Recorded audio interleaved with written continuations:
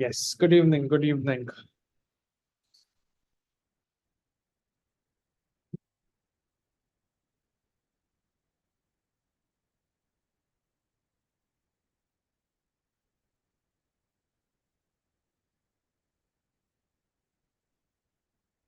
Yes, good evening, good evening.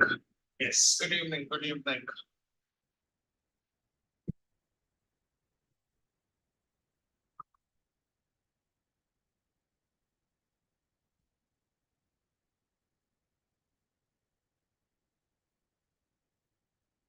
Okay.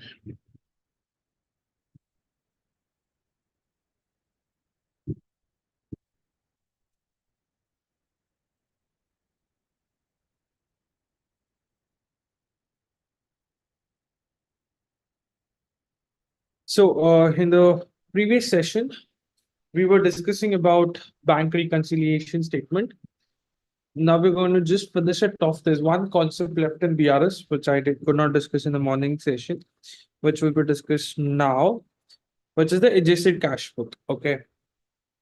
So, what is the adjusted cash book? Adjusted cash book is nothing but adjusted cash book is nothing but before we go on to prepare the BRS, yes. Before we go on to prepare the BRS, we will have to do some adjustments. This is what we do in reality also. Uh, yes, yes. I'm discussing that only. I hope everyone is listening.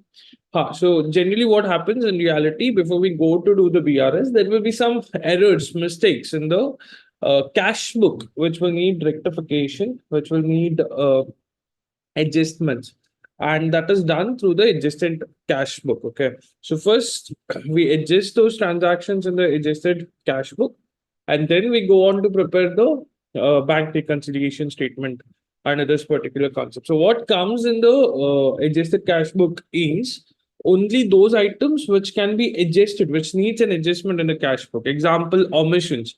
So bank charges not recorded in the cash book, that's an error of omission, so that will be written in the cash book. Or wrong debit, wrong credit in the cash book, or there's some mistake, some other mistake in the cash book. Generally it is omission errors, we missed something, bill was discounted, it was dishonored, did not record. A check deposited, dishonored, did not record in the cash book. So these all need entries in the cash book. So there are basically three types of causes of difference. Okay, how many types of causes of difference we have? Three types of causes of difference. One is errors in the cash book, which is the most popular one. Most of the differences, causes of differences, error in the cash book. Then you have errors in the passbook. Very rarely we see this, but we had seen earlier in the morning's problem today, we had seen some errors, some mistakes in the passbook. So that was also possible. For example, wrong debit given here, wrong credit given here. We put a check here, they did not record it here, they recorded it somewhere else. So all that is errors in the passbook. The banker's mistakes. These are mistakes of the banker. Errors in the cash book is our mistake. So we should have recorded some transactions. We did not record those transactions, or we should have. We have wrongly debited, we wrongly credited, we missed to debit, we missed to credit. These are the things, which are mistakes in the cash book. Then you have the third category, which is the timing differences. There are only two timing differences in all our problems, which is check issued and not presented, and check deposited and not cleared. So just two timing differences we have: check issued, not presented, check deposited, and not cleared.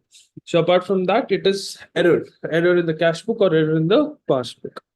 So when you're preparing the adjusted cash book, right? So when you're preparing the adjusted cash book, this part, the errors in the cash book will have to be adjusted in the adjusted cash book first. We pass the entries in the adjusted cash book. We prepare a cash book. We prepare the bank column of the cash book. We pass all the adjustment entries through that. And then we prepare the BRS. The BRS will contain these things. This will come in the BRS. These cannot be adjusted in our cash book because timing difference is anyway not an error, not a mistake. Error in the passbook is something that I can't rectify. It will have to be rectified by the banker, right? So that is why only errors in the cash book are given effect to in the adjusted cash book, and other things will come in the BRS. So we'll directly go to a problem. Just identifying what is an error in the cash book is holds the key. And then giving effect to it in the cash book also you should know. Little bit accounting knowledge is required over here. It's not just plus minus. You should know a little bit of accounting over here to do this cleanly. So listen to this. I'll be solving one question. Pay attention when I do this. On 30th September 2020, the bank account of Samir, according to the bank column of the cash book. So generally adjusted cash book problems will start with cash book only. So it could be overdraft as per cash book, or it could be normal balance as per cash book, but it will generally start with cash book. It should start with cash book balance. If they want us to adjust the transaction, they should tell me how much is the opening balance in the cash book, right? So here they've said was overdrawn to the extent of 16,248. So this means it had a credit balance. Our cash book in our books, it had a credit balance. The bank column had a credit balance of 16,248. On the same date, the bank statement showed a credit of 83,032. So they have given even how much the passbook is showing. They have given us the balance. So credit balance, it seems. So this is positive balance. It looks like we will see what this is when we do the problem. An examination of the cash book and the bank statement reveals the following. A check for 52,56,000 deposited on 29 September was credited by the bank only on 3rd October. Now, before I start doing the question, let's just first recognize what is coming in ACB, adjusted cash book, and what will come in BRS. So how do you know this is an adjusted cash book problem? Look at the last sentence. You're required to show the appropriate rectifications required in the cash book of Samir to arrive at the correct balance on 30th September 2020. So they have given that we have to find out the correct balance as per cash book. That means we have to correct the cash book. We have to make rectifications in the cash book, and then we have to prepare the BRs. So this is a adjusted cash book problem. Now let's see what comes in the adjusted cash book, what does not come over here. A check for 52,56,000 deposited on 29th September was credited by the bank only on 3rd October 2020. Now listen, this is not an error. Which category does this come in? So it's not an error. We had deposited the check. We wrote it in the cash book. It's not our mistake. They recorded it on 3rd October because it was cleared on that date. So it is not an error at all. It is known as a timing difference. I told you there are two timing differences: check issued and not presented, check deposited and not cleared. So this fits into that second one: check deposited and not cleared.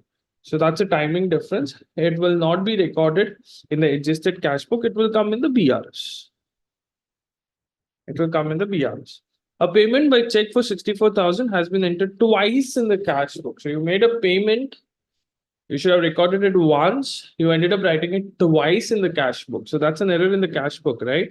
So we'll need adjustment in the adjusted cash book. On 29 September 2020, the bank credited an amount of 4,69,600 received from the customer.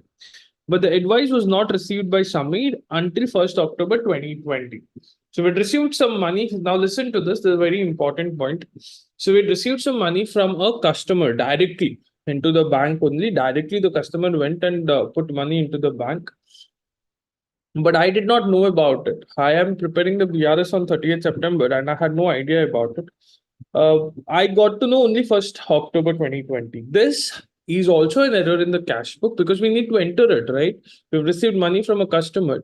We have to write it in the cash book. I'm not saying, is it a mistake of the cashier? No, that is not the question over here. Does it need entry? Has a transaction occurred which affects our bank account? The answer is yes, it needs an entry. If you don't enter it, it will end up being an error in omission, error of omission. So it needs an entry.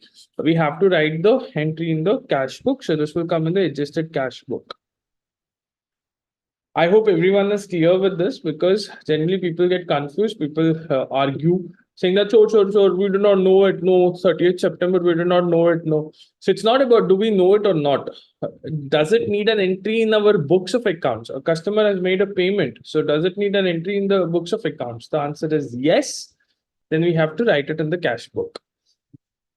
Bank charges amounting 2320 had not been entered in the cash book. So this needs entry. Bank charges, it's an expense not recorded in the cash book, will have to be recorded. On 6 September 2020, the bank credited 80,000 to submit an error. So this is bank's mistake. This is error in the passbook. So if it's error in the passbook, the bank credited wrongly. So if it is error in the passbook, that will not come in the adjusted cash book. I can't rectify that error. The banker only will have to do it. So we will write it in the BRS. A bill of exchange for 5,60,000 was discounted by Samir with his bank. This bill was dishonored on 28 September 2020, but no entry had been made in the books of Samir. So we had discounted a bill of exchange for 5,60,000 and it has been discounted. So bill of exchange discount, it was discounted. Now it's dishonored. It's been dishonored and no entry was made. So what happens? Bill of exchange, as we all know, I have received a bill of exchange from one of my customers. I discounted it with the bank. Banker would have given me money some previous day, not today. This is not 28 September, some day before. Now that fellow had to go to the bank and make the payment to the bank, but he's failing to make that payment. That time, banker will take that money from my account. So banker will take that money from my account. He'll debit my account in his books, and he'll take that money. So for that, we need to pass an entry. The entry has not been made, so we will have to make an entry in the adjusted cash book. Are you all with me? Are you all following what I'm saying? If you have any doubts, please ask. Any question over here, please ask relating to this question. Anything you have, just ask.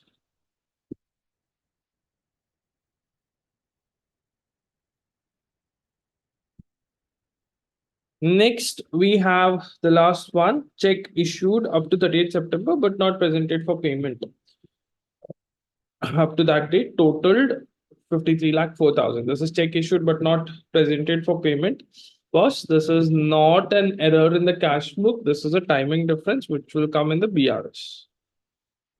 So you just have to know what qualifies as a adjusted cash book. I mean, error in the cash book.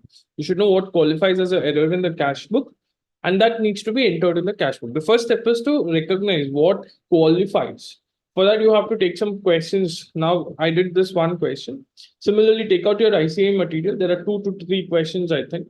Just go through those questions and see. Sit soon after the session is over. Sit and see what qualifies in the adjusted cash book and what does not. That's a very simple thing to do, right?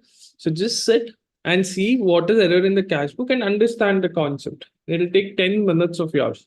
So just sit and see the questions. There are 2 or 3 questions or something. So just go through those points once and see what qualifies as the error in the cash book. That will come in the adjusted cash book. That is all. That is all you should know. It's not hard. It's not difficult. You just have to know that concept. What qualifies as error in the cash book? Just a second.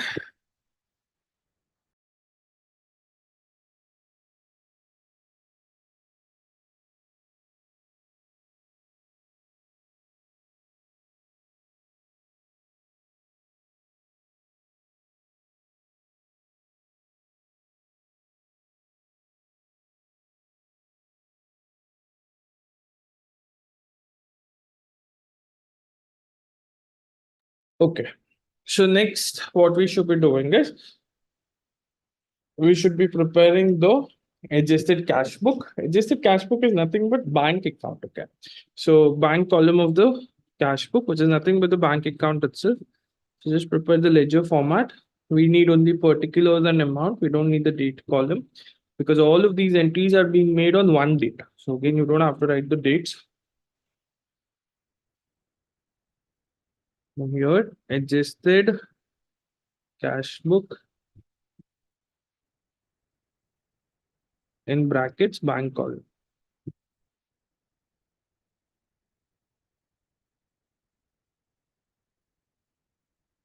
Okay, now the opening balance is given. Cash book balance we have to write. So what is the cash book balance? They've given overdrawn, right? Was overdrawn to the extent of 16,248. So on the credit side, by balance brought on. It's a overdraft. Overdraft means credit balance by balance brought down. How much is the opening balance? 16,248. Now, wherever you have recognized it as a adjusted cash book, it needs an entry in the account. It needs an entry over here. Just go through everything. First one, no. Second one, a payment by check for 64,000 had been entered twice in the cash book. So you had to record it only once. It's a payment. So you have credited the cash book. You had to credit it once, but instead of crediting once, you have credited twice. Okay. Or you can also think of it like this. In the cash book, what has happened? What is relevant for me is only the cash book. Okay. So don't even take the other hand. It's useless now. Passbook is useless. You're just adjusting in the cash book. So you should know what is happening in the cash book. So cash book has been minused twice. So you should have minused it only once, but you have minused it twice. So now you have to add it. That's all. You have to debit it. Add means debit. You have to increase it.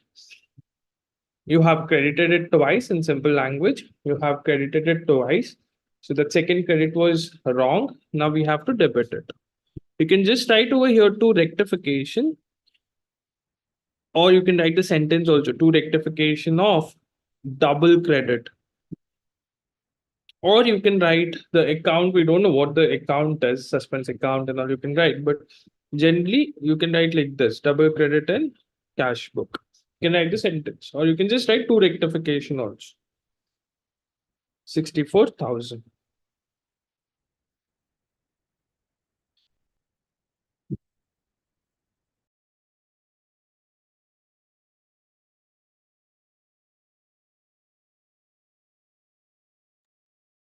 Next, on 29 September, bank credited an amount of 4,69,000 received from a customer of Samir, but the advice was not received by Samir until 1st October 2020. So we received some money from a customer. We did not pass an entry over here. So now we will have to pass an entry. We are receiving money, right? So we will debit. In the passbook, it gets credited.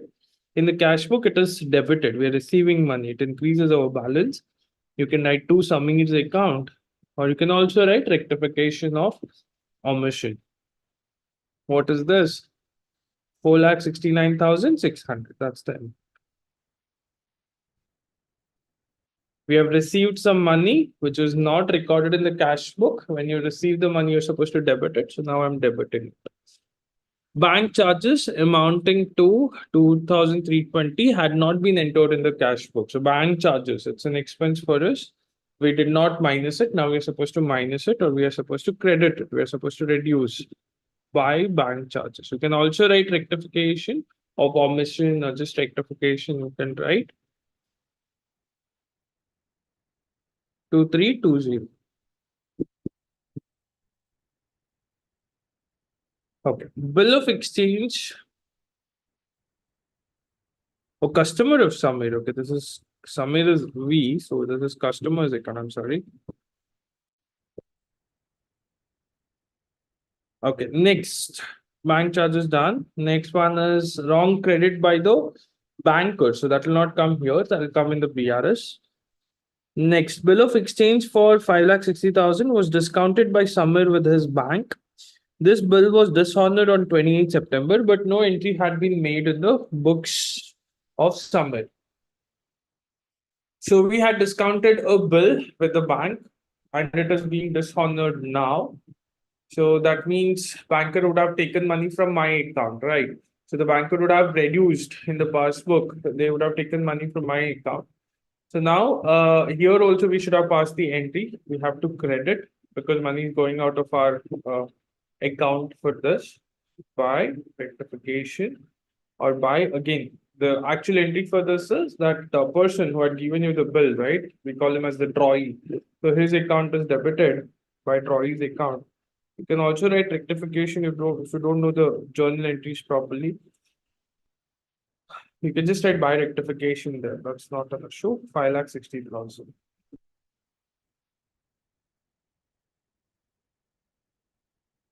The last one won't come here. It is a BRS item. It will not be recorded over here. Okay. Total up.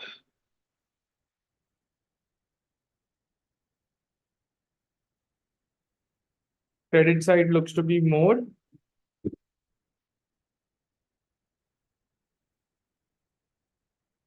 5,78,568. Is the total correct? 578, 568.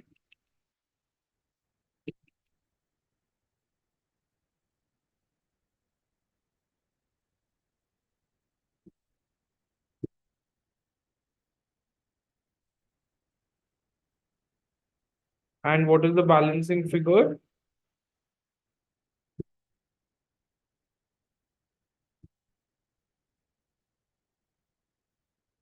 Yes, yeah.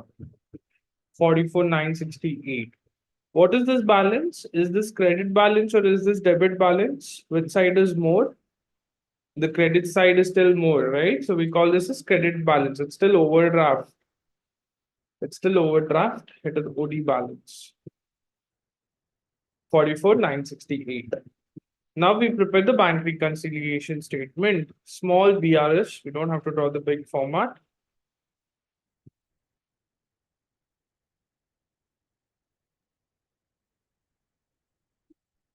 So OD as per cash book. This is adjusted cash book. You can write in brackets adjusted. We have made all the corrections, required corrections.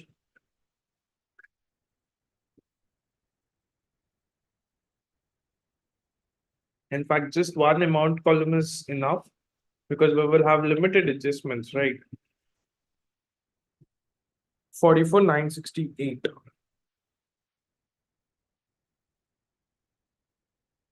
Overdraft balance as per cash book. So we will think of this as passbook for our uh, ease, convenience. We will think of this as passbook balance. Now let's start. Whatever BRS items are there, that will come only. That will come. I think there are three items. A check for 52,56,000 deposited on 29 September was credited by the bank only on 3rd October. So we had deposited a check. We had increased the cash book balance, but in the passbook, no entry was made. So now what should I do? The starting point is passbook, right? OD as per cash book is passbook for us. So we have to add this.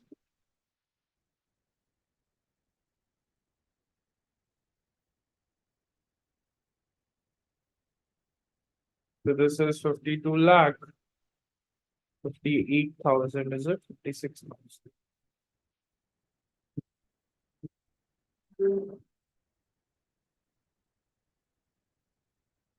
Next one, we'll go to the E point directly. Bank credited 80,000 to Samir in error. So bank is crediting us. That means bank has increased the balance. So how much? 80,000. Now the starting point is passbook. So we will have to minus that. Less 80,000. In brackets, I will put this.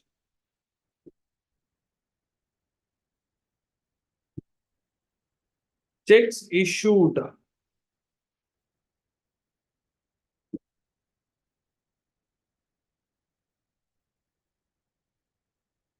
Checks issued up to 30th September, but not presented for payment up to that date. Again, VRS item, so it will come over here. Check issued means we have minus it in the cash book, but in the passbook entry was not made. So now we have to less. How much is this? 53 lakh 4,000.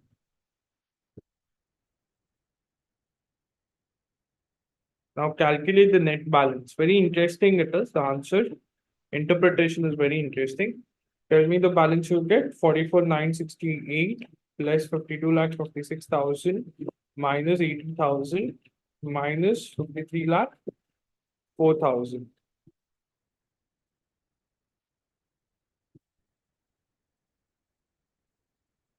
83,032 minus you get, right? Minus 83,032 you get. You get the answer in negative. Is that right?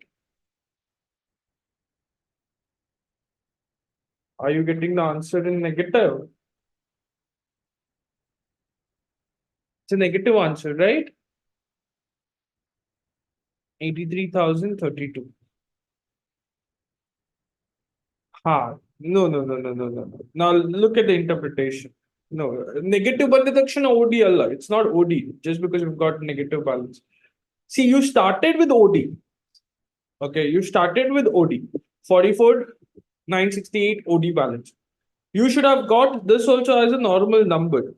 So this will be OD as per normal means positive integer, positive number you should have got. So OD as per passbook you would have written. So this is passbook only. This is as per passbook only. Just because it is negative, it doesn't become cash book. You can't start with cash book and end with cash book. It is passbook only. But this is positive balance as per cash book. This is balance as per cash book. Or balance as per cash book means credit balance as per cash book. As per passbook, as per passbook. And balance as per passbook. It's positive balance as per passbook. Are you all understanding this? Favorable balance as per passbook if the answer is in negative. You can see in the question also they have given this, right? The bank statement showed a credit balance of 83,032 in favor of someone. Yes, the balance as per passbook. Have you all followed this? Have you all understood this? So, very simple interpretation. If the answer is in negative, listen to this. If the answer is in negative, then the nature of balance is opposite. Where you started with, right? That opposite it will be. So you started with OD, then you took it as positive, and the final balance you get it as negative. So negative balance you got. So that will be if you started with OD, this is normal balance. You started with normal balance and you end up with negative, that is OD. The nature of the balance has changed if it becomes negative. The nature of balance is ulta, the other. You started with favorable, you got positive integer at the end, then it's still favorable. You started with favorable, you got negative integer at the end, that is unfavorable. Are you following? Are you all understanding? You started with unfavorable and then you got negative integer at the end, negative number at the end. That is favorable now. You started with unfavorable, you got negative integer, it's favorable. The book is always opposite. Okay, the book is always opposite. I hope you have followed this. It's a good question which we solved now. I don't think it's there in your material. I think it is from some RTP or something like that. Good question. I would advise you to go through your material problems also quickly and see what is to be done. 1 second. I'll just go through some of the points because it's important. I don't want you to skip this.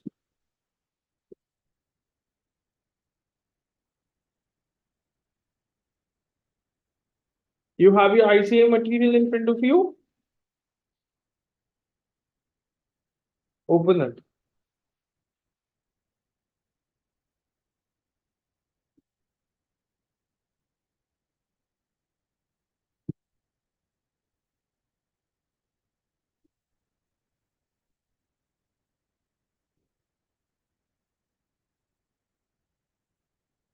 Illustration 5. So I'm just going to tell you where it will appear. We'll just go through the answers as well. Illustration 5. On 30th September 2019, the bank account of X, according to the bank column of the cash book, was overdrawn to the extent of 4,062. So bank column of the cash book is given 4,062. On the same date, the bank statement showed a credit balance of 20,000. It's a similar question, right? You can. Adil's question is, sir, can I just write by rectification to rectification? Yes. It's a risk-free approach because here they're not testing your rectification skills. They just want to see if you can do the BRS. So you can write like that also. But you can write like I did in the previous question, you can write the actual entries as well. But if you're not sure, my advice is write rectification. That's fine. You can write a sentence instead of writing say just rectification, you can write a small sentence. Okay, so let's just see what comes in the ACB and what does not. A check for 13,14,000 deposited on 29 September was credited by the bank only on 3rd October. This is a timing difference. It will come in the adjusted cash book. It's a similar question, I think, what we just discussed. In fact, all the points look similar. I'll let you try this. This you can do. Same points actually. We'll see this one, sixth one, illustration 6. Yes, that's what I told. You write a sentence, Adarsh. Instead of writing just rectification, write a sentence in the adjusted cash book. On 30th December, Philip's cash book showed a debit balance of 4,610. So this is positive balance as per the cash book. On examination of the following, what do you mean by can you write it as a table? No, you have to do it do a ledger. It's just a cash book means you have to do the cash book. You can't do a table.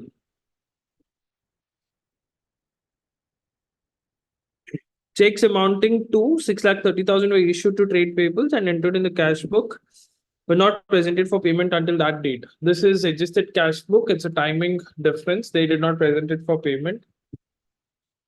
Checks amounting to 2,50,000 had been recorded in the cash book as having been paid into the bank on 30th September, but were entered in the bank statement on 1st January 2020.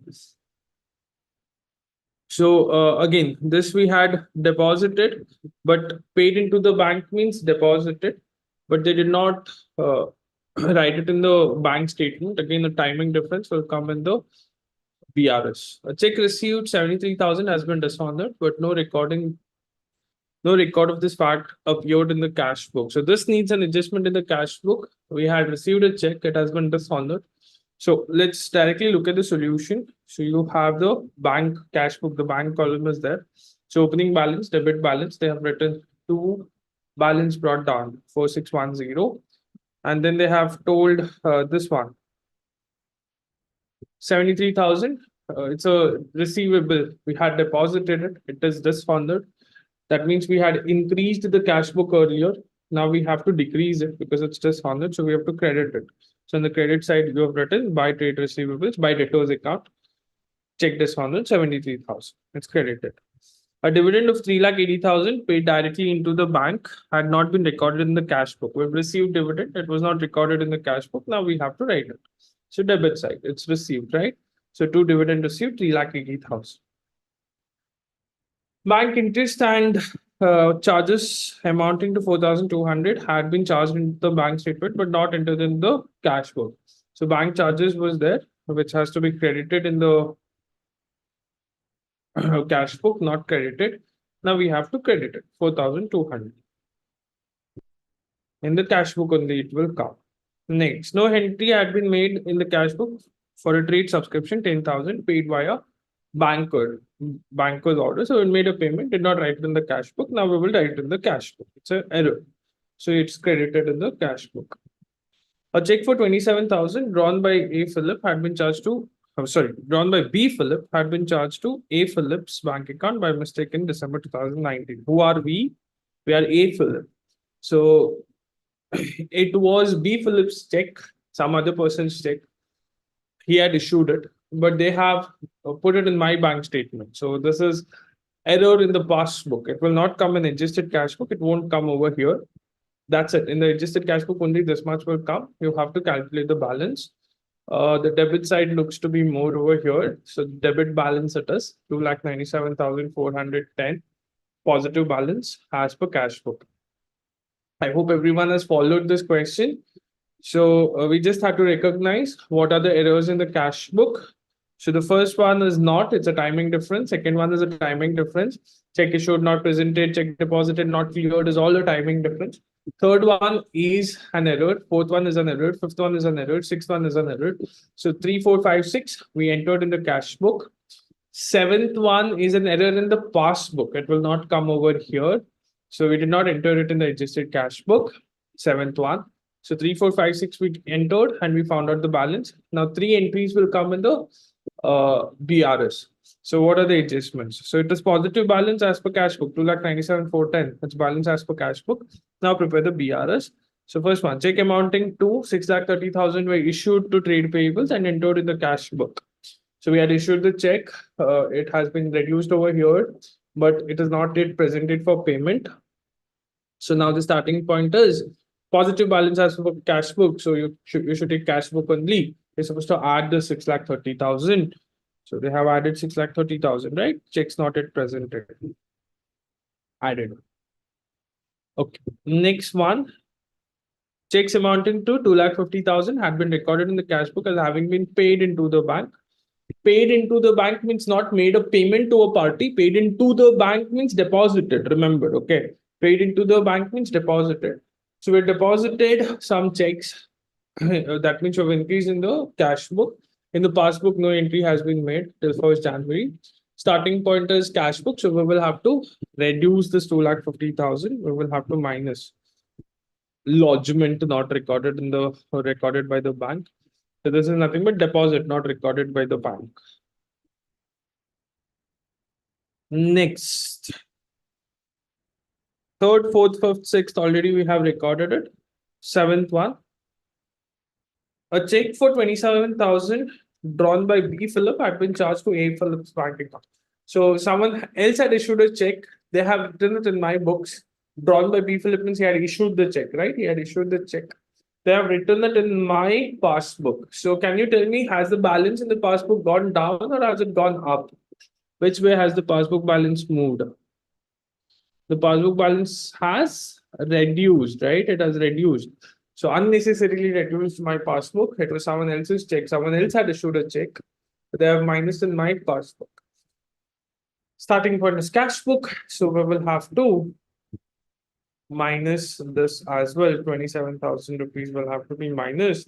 And finally, you get balance. It's a normal balance, 6,50,410, which is balance as per bank statement.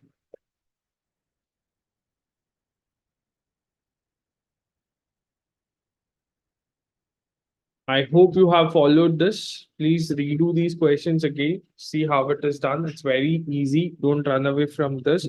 10 marks question can come. That's it. That is about the adjusted cash flow. Sir, is there any adjustment, doubts, any questions? Please ask. I'll move to the next chapter now. If you have any doubts, any questions, please quickly ask.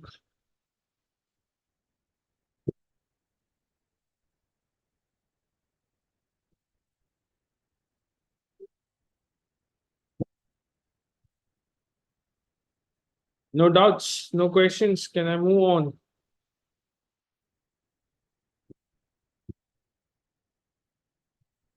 Okay.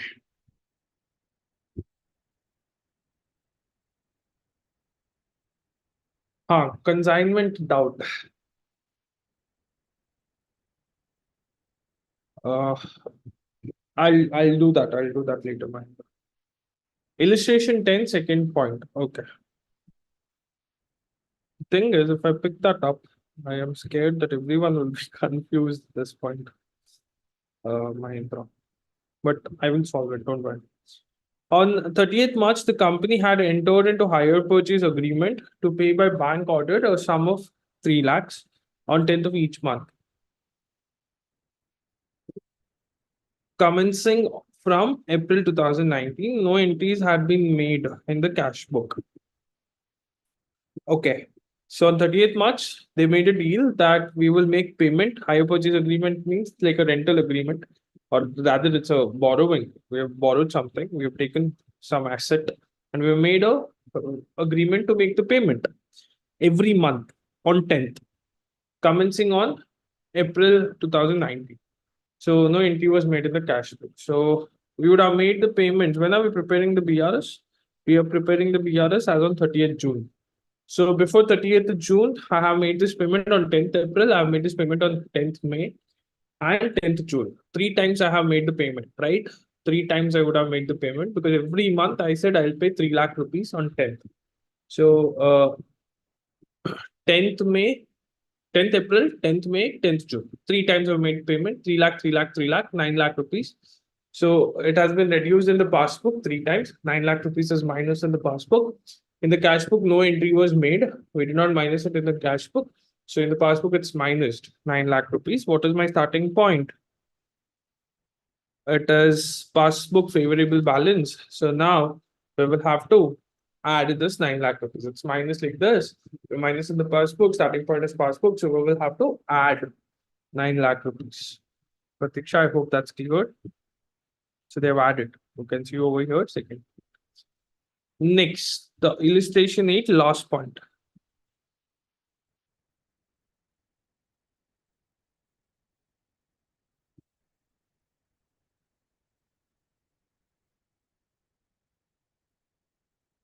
That's very simple.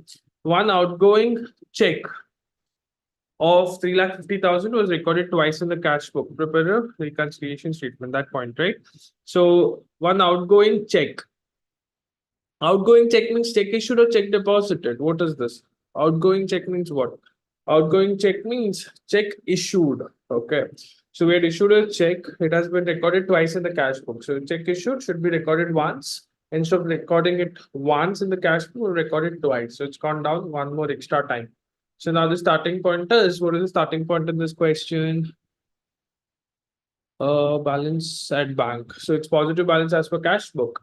So it has been unnecessarily minus once in the cash book, one extra time. Now the starting point is cash book. We will have to add that amount once. You just have to add it once. What is the amount? 3,50,000. Anything else? Any other question? Any other doubts?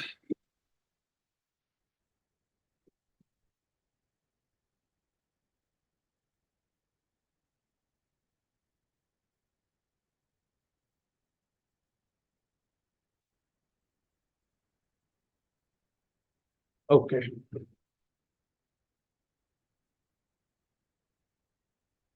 Sit, sit and finish this textbook questions, everything before you go to bed tonight. You have to finish all of this. Whatever we have discussed today, you have to try and finish each and everything today. So if something is left out or something you're finding hard, you can still revise, say on 29th, on 30th, you can still sit and revise, but little bit, half an hour, 30 minutes, 15 minutes, 20 minutes, you can keep for this portion, whatever you're finding difficult today. But try to cover up as much as you can, especially BRS and all. You don't have to sit and write everything. You just have to see if you understand this plus minus. Be smart. Don't sit and write everything. Just go through the textbook, go through each and every adjustment, see what you're finding hard. If you're finding something hard today, tomorrow you can ask me. I will solve your doubts. So then you can revise again and again and again. So you will feel comfortable.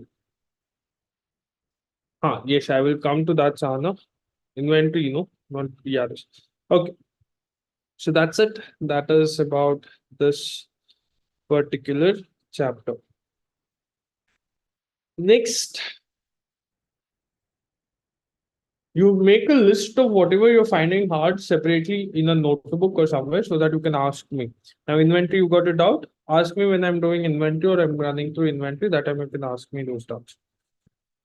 We will do one small, quick Chotusa chapter, and then we will go to rectification of errors.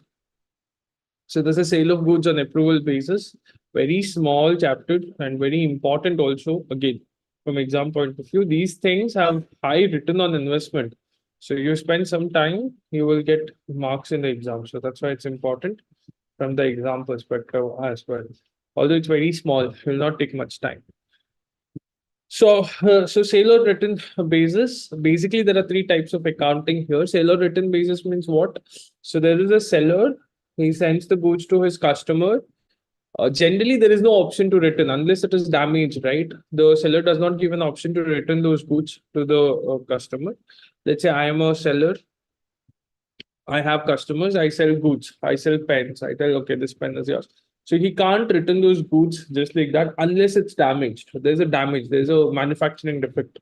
So that time he can return those goods. Otherwise, he can't return the goods. Generally, that's how the business practice works, right? You've seen it in Sale of Goods Act as well. So that is how the law goes. You can't return the goods unless there is some damage. But there is a specific type of transaction where the uh, seller sells the goods and gives an option.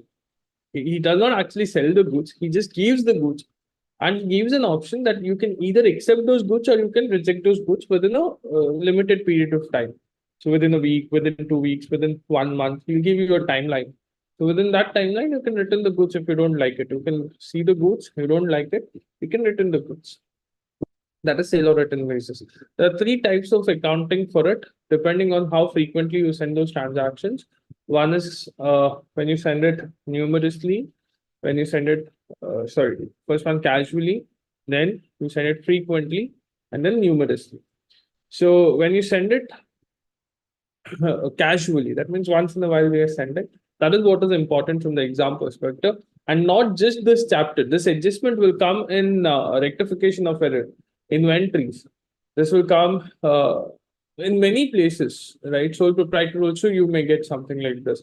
So this is something which is very important, which has a long-term effect on other chapters also. So you need to know these concepts properly.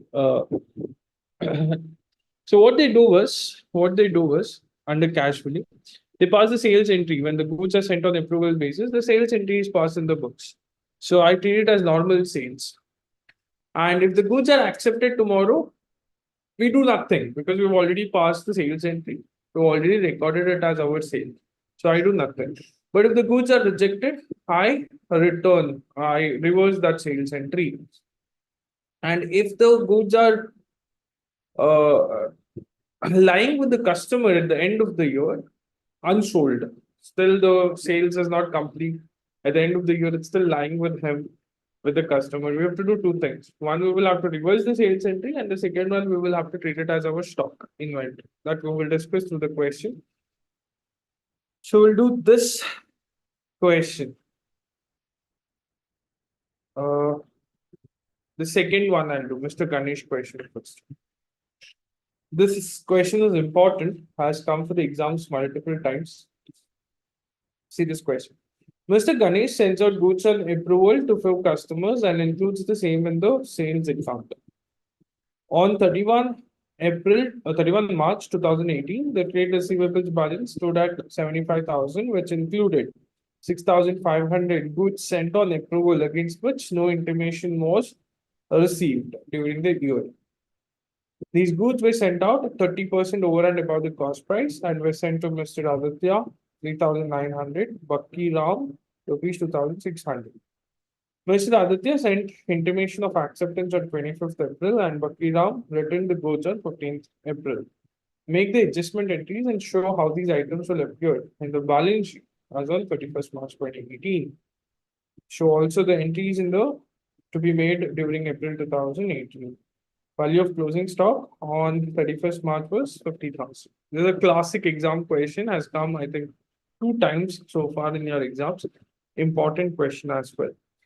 So here, the goods are sent on approval basis and we include it in the sales account. We treat it as normal sales. Now, at the end of the year, 31st March 2018, there are some goods sent like this, which have not been approved yet. In approval approval siglilla. So the trade receivables balance stood at 75,000, which included 6,500 goods sent on approval against which no intimation was received during the year. Okay. So in that 6,500 worth goods had been sent on approval basis. We have not yet received any approval. And we have passed sales entry and we have kept it like that only. Although the sale is not complete. Okay. What we do is I sent the goods on approval basis. I pass the sales entry. Although the sale is not yet complete, he has not yet approved. So that's it. Sent on approval against which no intimation was received during the year. So the sale is not yet complete, but we have treated it as sales already. We treated it as sales in that year, which is wrong, right? These goods were sent out at 30% over and above the cost price and were sent to Mr. Aditya 3,900. This is the bifurcation of that 6,500, 3,900 to Aditya and Bhaktinam 2,600. Okay, next in the month of April, next year, what happens? They have given. For now, we will not read it. We will come back to it later. First, what we will have to do is on 31st of March, we will have to do two things. So they've already treated it as sales. We have already treated it as sales. Now we will have to reverse that sales because sale is not yet complete in this year. So you can't treat it as sales in this year. So the reversal of sales entry is sales account debit 6,500 to Aditya's account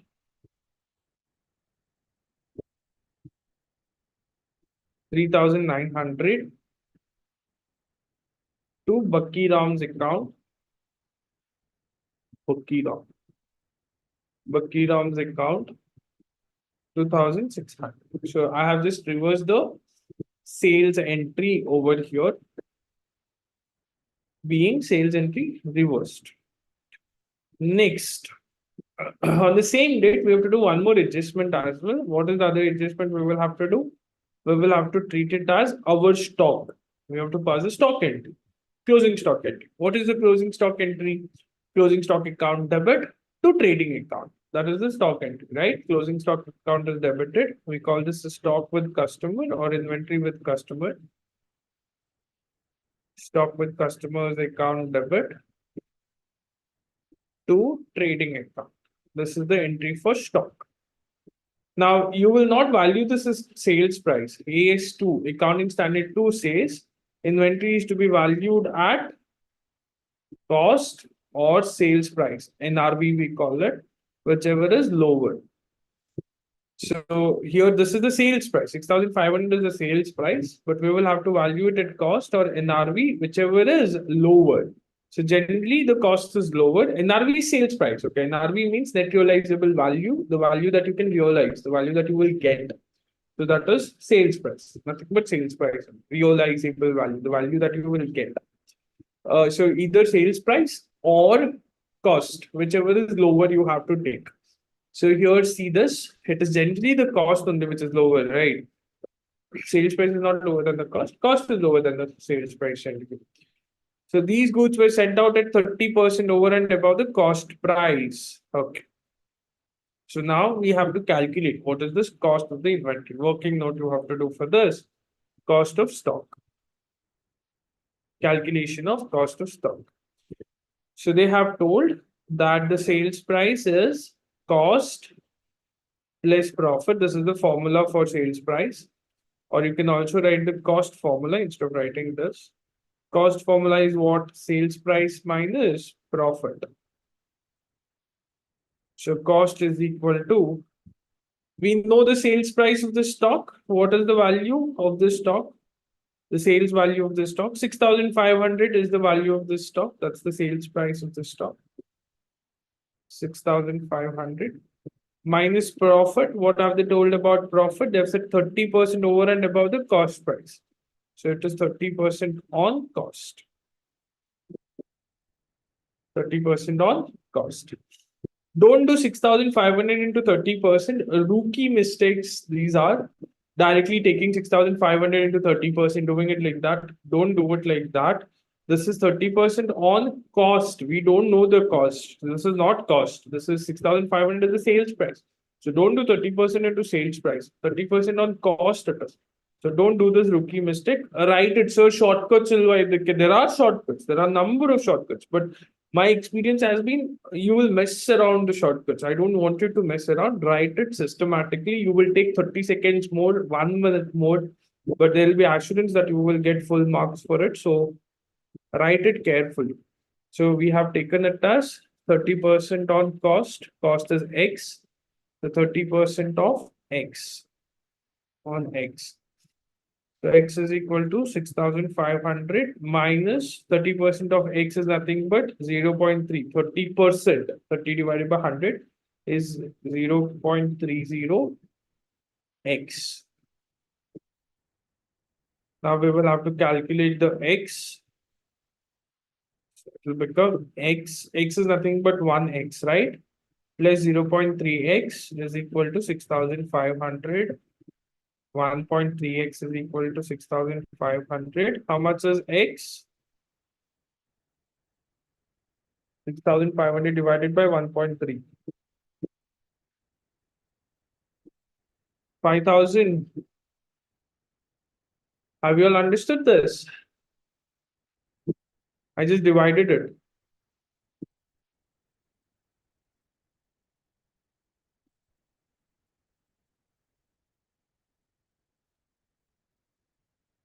So this is the cost. You can confirm. So 5,000 plus 30%. On cost, they have said no. So you should get the same answer. 6,500. 5,000 is the cost of the stock.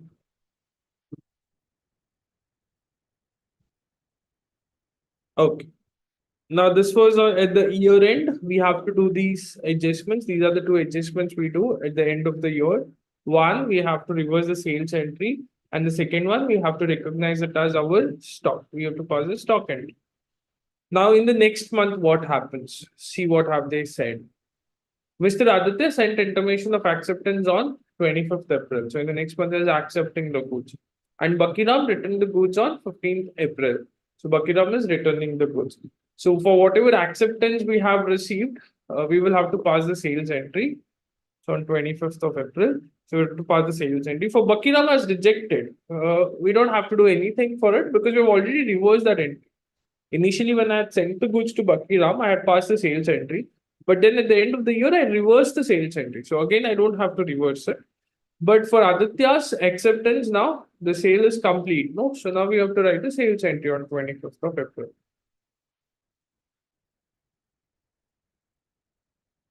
So the entry is Aditya's account debit to sales account. 3,009. That's it. So this is all, just three entries we have to pass. Next, they have also asked us to do the balance sheet. On 31st of March, balance sheet extract will be prepared.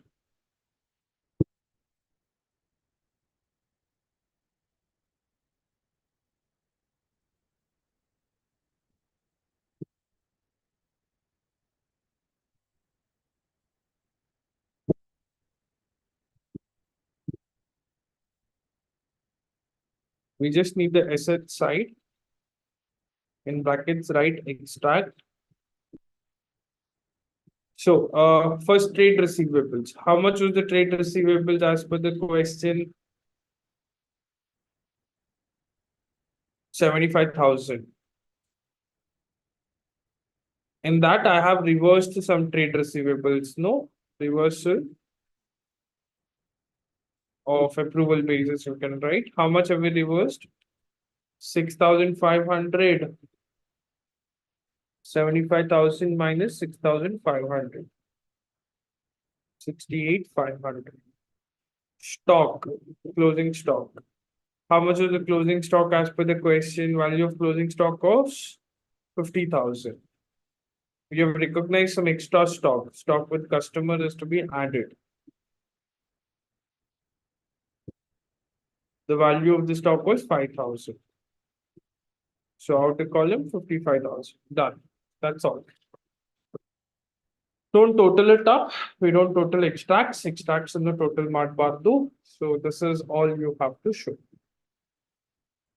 Okay, for sale of goods, I hope you remember the series of entries. I did not discuss it. So first sales entries passed, then acceptance either we don't do anything, then rejection either we reverse it. Then at the end of the year, two things we have to do, which we did now. So all of this has to be done. Only thing you have to be careful is about calculation of stock at the end of the year. That will need a working note. So if there is stock at the end of the year, it will be there, right? So stock calculation might need a working note. So one more question where the stock working note is nice, interesting is this one. First one. I'll read the question. On 31st December 2020, goods sold at a sales price of 6,000 were lying with the customer, Sapna, to whom these goods were sent on sale or return basis, which were recorded as actual sales. Since no consent has been received from Sapna, you're required to pass adjustment entries, presuming goods were sent on approval at a profit of cost plus 20%.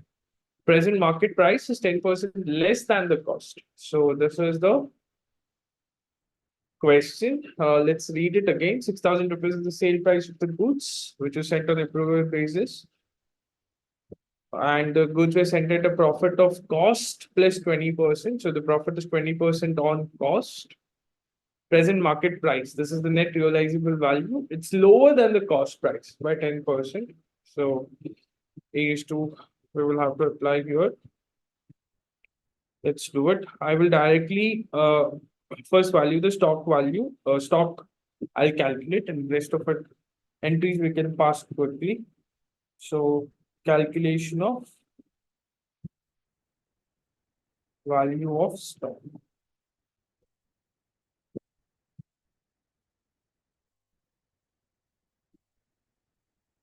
With customer. Okay. So now here, see this, the sales price is 6,000. So first, what we have to do is we will calculate the cost of the stock. Cost is equal to sales price minus profit. 6,000 is the sales price. Profit is 20% on cost. We don't know the cost. 0.20x. It's 20% of x, which is nothing but 0.20x.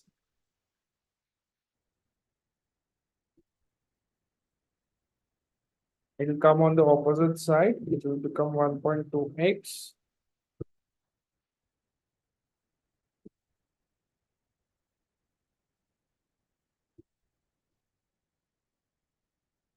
$5,000 is my answer. This is the cost of the goods. Cost of the stock is 5,000. But in this question, they have said the present market price is 10% less than the cost price. So the realizable value, the NRV, is cost minus 10%. NRV is nothing but the sales price or market price. At what price I can sell, the value that I can realize. That is known as net realizable value. It's 10% less than the cost.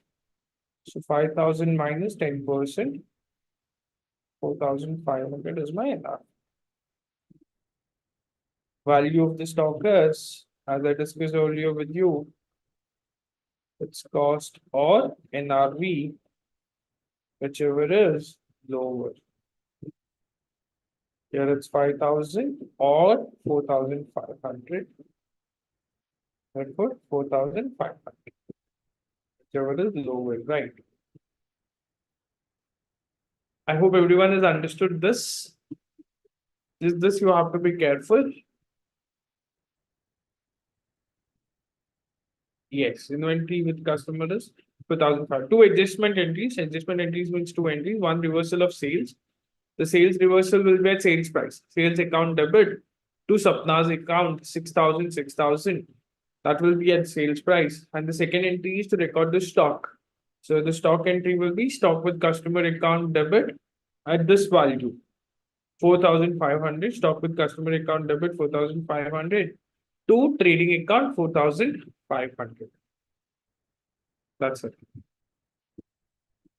One more type of question, and this is that table, the third method, numerously when we prepare two accounts, memorandum accounts we prepare. So that you can look at your textbook. It's a very simple table you have to learn to enter. Very easy it is. On format and just like going on, writing the amount. So try that later. You can do that on your own. So this is sale of goods on approval basis. Just focus on that adjustment entries and all properly. And this question, what I did is important. I think it was asked for the latest exam or the exam before that. The last two attempts, once it's been asked, this question. Even before that, it has been asked. So these are all laddu marks here. You should not miss on these marks.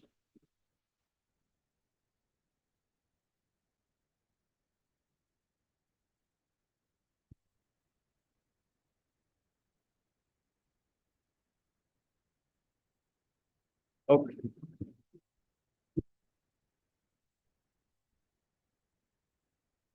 So this is sale of goods on approval basis. Have you all followed this? Yes.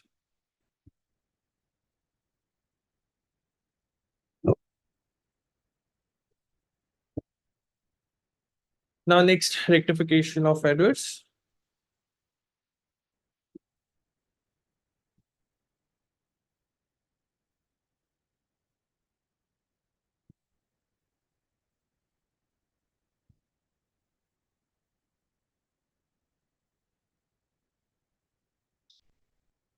Now see, this is, I'll just talk for a couple of minutes.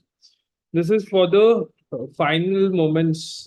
Whenever you guys write exams, it's like me writing exams. I remember I get full, what do you say, flashback of what used to happen 4 days, 5 days to the exams. I know these are CA exams. Just ಓದಿದ್ರು ಸಾಕಾಗುದಿಲ್ಲ.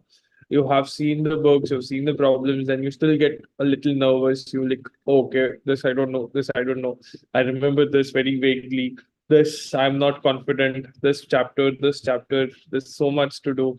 I'm studying accounts. I'm worrying about law. I'm doing maths. I'm worrying about economics. So there's a lot of things that will start going to your mind, right? I'm sure you're experiencing it now. You can't focus. So you're seeing one, you're doing now sale of goods on approval basis. I'm thinking of BRS, adjusted cash book is running in my head. Now we will do rectification of error. You will start thinking of approval basis. Or you are doing consignment, you'll think of something else. So that's a very, very natural phenomenon that happens, especially at the last moment, but it's very dangerous when it happens over here. So it's dangerous because one, it's controllable. Don't think that it's not controllable. It's controllable. Calm down, just breathe, take a long breath and see what you're doing, right? Focus on what you're doing. So you're doing BRS, just try and understand. Don't be in a panic mode. Don't be in a hurry to finish. Do it effectively. Whatever you do in the next 5 days. Now, 26th is almost done. Yes. So 26th is almost done. 27, 28, 29, 30. So we have 4 days in our hands. How much ever you can do, you do. But whatever you're doing, you should do it clean. You should do it properly. So I'm thinking of NPO, I'm thinking of sole proprietor, I'm thinking of company accounts. So these chapters come for 10 marks each. Whatever we are doing, DRS, rectification, consignment, all of this will come for 10 marks. So if you're saying that, sir, I'm not very confident in NPO, I'm not very confident in inventories, fine. You should get 90 marks out of 100. You should get 85 out of 100. You should get 80 out of 100 because you're good at these chapters, right? So the other chapters you're confident, right? 2 chapters I'm not confident. 3 chapters I'm not confident. So the other chapters you must be confident. You should get 75 marks. You should get 70 marks. You should get 80, 60, 65 marks. So whatever you're doing, you should do it properly. That's what I'm trying to tell you. You should do it properly. Don't worry about those chapters which you're not very confident in. That also you will see. But first build your confidence in these chapters and see to that you get maximum marks out of these chapters. Maximum. You should not miss one single mark. You should not miss one single adjustment. You have to cover everything. Sale of goods on approval basis. Whatever questions come, I should get 5 marks. Average due date. Whatever question comes, I should get 5 marks. Account current, I should get 5 marks. BRS, I should get 5 or 10 marks. Depreciation, I should get 10 marks. So you have to focus on those chapters properly. It's not like the whole question paper will be NPO. It's not like the whole question paper will be company accounts. It won't be partnership accounts. The whole question paper. 60 to 70 marks, 70 marks will be from module 1. So you have 70 marks to play with at least. So out of the 70 marks, you have to score 55, 60 marks. There is no point in worrying. You have to try and get maximum marks in these chapters. Now, many people will not be able to do this as well. That's because you worry too much. There's too much negative energy running. And whatever you're doing, also, you're not doing properly. Whatever is doable, also, you're not able to do it properly. Whatever is easy, also, you're not focusing on that. You're thinking of something else. It's like it's like I remember this match Bangladesh and India. I don't know if you had seen it. I think it was an Asia Cup match. Mushfiqur Rahman was there batting. I don't remember who the bowler was from India, but he had to win some 6 runs out of 3 balls or something. He wanted to finish it with a blower, 4 5 runs they needed. He's trying to hit a 6. He got out. He went. Next batsman came, tried to hit a 6, got out, went. They lost the match. India won the match. It was a very easy match to win for Bangladesh. They lost the match because they did not focus on. They could have run 1 run, 2 runs. I think it was like 4 runs out of 3 balls they needed, something like that. It was easily doable. So you should just focus on little, small doable things. 1 run, 2 runs. That's why, players like Dhoni and all are worshipped because they're cool under pressure. So you should be cool under pressure You should not take too much tension. You should not panic. People who are keeping their minds, under control at this point today, the next 4 days, people who are taking control of what is happening with them are the ones who are going to win the small battles, the small battles. This big war is made up of these small battles. So don't panic. Focus on whatever you're doing properly. There is nothing to worry about. I'm giving multiple attempts, sir. This is my second attempt, third attempt. Now, no, nothing matters now. You're writing this exam for the first time, right? So, December attempt, you're writing for the first time. So, just go with a lot of positivity. And more the positive you are now, the better it is for you. And how much ever you can, try to finish it off. Don't waste time. So don't waste time. Here also, I'm trying to cover as much as I can. Some people, I'm a little scared. It's always scary to come and teach at the end because there could be some things which you've not seen. You've not focused in the class. You've not done anything. Now, suddenly, when sir is teaching, you're not understanding anything. You might go to the panic mode. So don't worry about it. How much ever you can do, little things, try and do it. We are not targeting 100 on 100. Remember that. It's not 100 on 100 that we want. We want passing marks. We want 60 on 100. We want 70 on 100.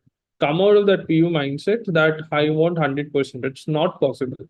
So try and get your best, whatever you can. Little marks is also enough. 60% is enough. 65% is enough. 70% is enough. We don't need 100%. There's nothing to panic. Speak calm. Sure, can paper contain most of the odd questions? What does difficult paper means to you, sir? How it would be? See, the in the last 2 to 3 attempts, I've seen like different kinds of papers. Okay, last year was a good year. 2022 was a good year for CA Foundation accounts paper because both the papers in the last year were easy papers. It was like cakewalk papers, easy papers. What do you mean by easy papers? Almost 90% to 95 or 100%. I think one of those attempts, 100% of the paper was out of the institute material. 100%. Every question was there in the textbook. Every question. Then there was an attempt where 95%, 90% of the questions were from the textbook. These are easy papers. Anyone should get 50 plus marks in those papers. You've done the ICA material, you've seen the questions, you have revised properly in the 5 days. The last 5 days, you've seen all the questions from the ICA material. Stick to the ICA material questions. 10 questions per chapter. I have studied all the chapters. I've studied 80% of the chapters. I've done all the questions. I've left some chapters, fine. But I've done other chapters properly. I've done all the ICA material questions for those chapters. I go to the exams. I see that paper. It's easy. I can attempt 75, 80 marks properly. I go for 75, 80 marks. I write it properly because it's from the ICA material itself. I'll end up with 60 plus marks. Simple. That is an easy paper where all the questions have come from the textbook only. So even if I've studied just say 7 chapters, 8 chapters, and it has come for 60 marks, I still get 40, 45, 50, 60. Because I've done all of those questions, it's the same. That is an easy paper.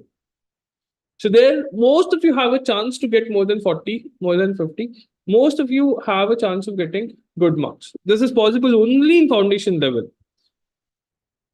You get what I'm saying, right?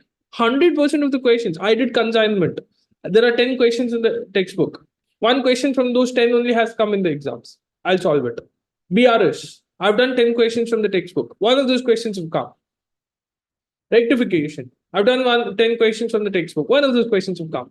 I did only 3 chapters. I studied only 3 chapters. I will still get 30 marks out of the 100 because it's from that syllabus itself. That's an easy paper. So I had a lot of people getting 90 plus marks in that because some kids have done all the chapters properly from the ICA material. So they got 95, 97, 92, 93. That's an easy paper. 100% chapters I've done. I've done all the questions from the ICA material and all the questions have come from the ICA material itself. I have a good chance of getting more than 90 marks. So there were a lot of people in that attempt who got more than 90, at least 10 of my students. At least. I don't remember the number exactly, but at least 10 to 12. So many of them got more than 85. So many of them got more than 80. That's an easy paper. Then comes difficult paper. So, what is a difficult paper according to you? So, a difficult paper is a paper where questions have not been really asked, copy pasted from the ICA material. Again, not every chapter. So, if there are 15 questions in the exam, some 10, 11 questions are from the ICA material. At foundation level, it will be always like that. 11 questions are from the ICA material. 4 questions the institute only made. They use those concepts on the ICA material only, but this question was touching new aspects in different ways. Different sentences were framed by them. These sentences were not very familiar to us. They only framed those sentences, especially for module 2, they can do this. Sole proprietor, they've been doing this. Sole proprietor, company accounts, partnership. So they only, mix 2, 3 questions, mix something and do a question and give it to you. So that is possible for module 2 chapters. So far, that has been happening in module 2 chapters. So that there might be a difficulty. I've studied all those chapters properly, but still these questions were not there in the ICA material, or this was not discussed before anywhere, because these are new questions. Instead of put someone into a room, some examiner, some person, and they locked them in the room and said, frame a question and give it to me. So that is not predictable, right? You can't predict those questions. So there you have to be cool. You have to see the question. You have to see those questions. Generally, people panic. Students were 17, 18 year old. You look at that question. At final level, we don't panic. But when it is given at foundation level, you panic. Look, I've not seen this question before. What is this question? It's happening for the first time in our lives. Because so far, whenever we wrote exams, we had seen all of these questions. But this is happening for the first time. New question. Like, the concept is there. I know this is relating to death of a partner. Happened in the previous paper. 20 marks question. Death of a partner. We know it's death of a partner, but institute has framed a question and given it to us. So there people start panicking a little bit.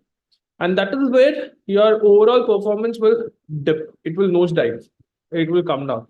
You should stay calm in situations like that. You should stay calm. See, out of 100 marks, out of say 15 questions that they have asked in the exams, 11 questions, or say 125 marks ka paper it is. 45 marks is difficult. 40 marks is difficult. Still 80, 85 marks is doable. I will give my best. That is from the ICA material only. So that's why I always say, do the module 1 chapters properly. Don't miss anything in module 1, because institute gives module 1 questions from the textbook itself. There's nothing new being asked. I've been saying this for the last so many attempts and I've been proven right every time. Every time. So do the module 1 chapters from the ICAI modules properly. 99% of the times they will ask a question from those questions itself. 70 marks is right from there. So there is no chance you will get less than 40, 50 marks if you have done all the ICA material questions properly. So it's not difficult to score more than 60 marks in accounts, even in a hard attempt, difficult attempt. Even in those questions, 40 marks were difficult questions they asked, sir. They don't ask like that, okay? Just 20, 25 marks is generally kept like that. Out of 125, say 45 marks was difficult. 80 marks is doable. 40 marks, there is a choice. Leave that one question. Another 20 marks you have to attempt. Write something and come, right? Half off and come, how much ever you can, you'll still get some marks. So you just have to be cool. You should be cool. Whatever preparation you have done, you have to trust your preparation. You should not panic. This is the worst time to panic. Here, if you start panicking, you will start losing. Sir, I was panicking 6 months back. That's different. But panicking now is the worst thing you can do to your preparation, is the worst thing you can do to your confidence. Don't panic. How much ever you have prepared, trust your preparation. Say that I have done enough.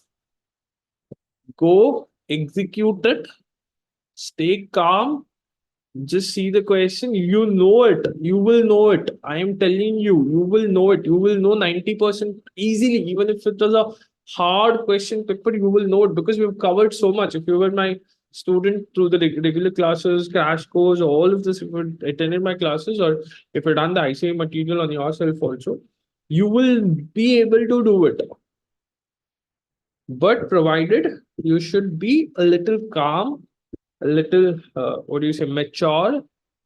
Don't panic, don't jump to conclusion. Many people write that 15 minutes reading time will you give up your, you say, what is this? Yeah, so hard, so difficult, especially first paper accounts, especially if you're writing the exams for the first time.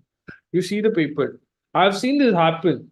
If accounts was there a little later, I think people would have scored a little bit more marks. First paper, no, we have to, that nervousness will be there. So you see the paper and then you'll be like, oh, this is so hard, this is so difficult.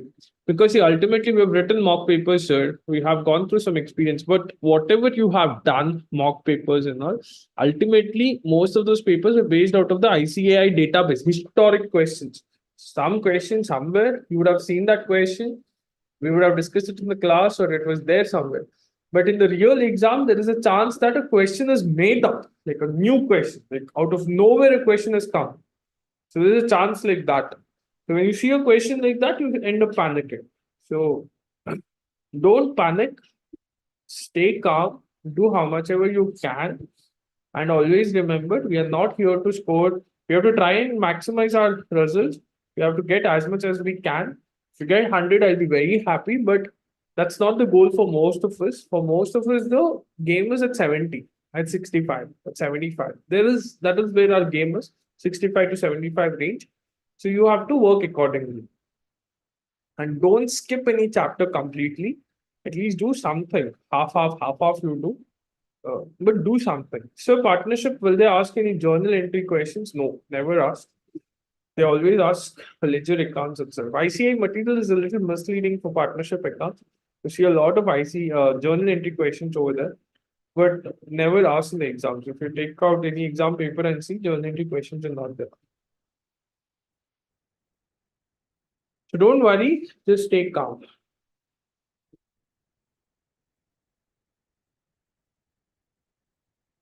Okay. Next, we will do rectification of errors.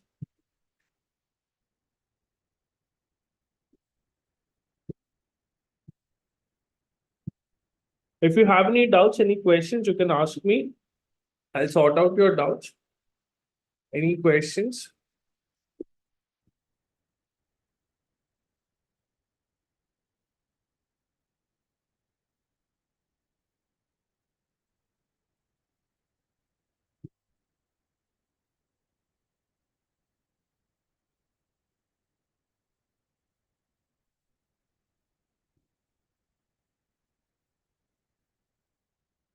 Do you have any doubts? No. Okay. So then I'll move to rectification. Mrs. Applied Laboratories. Okay, so before I start with rectification, how many stages do we have for rectification of errors? There are totally three stages. Okay, rectification can happen in three stages.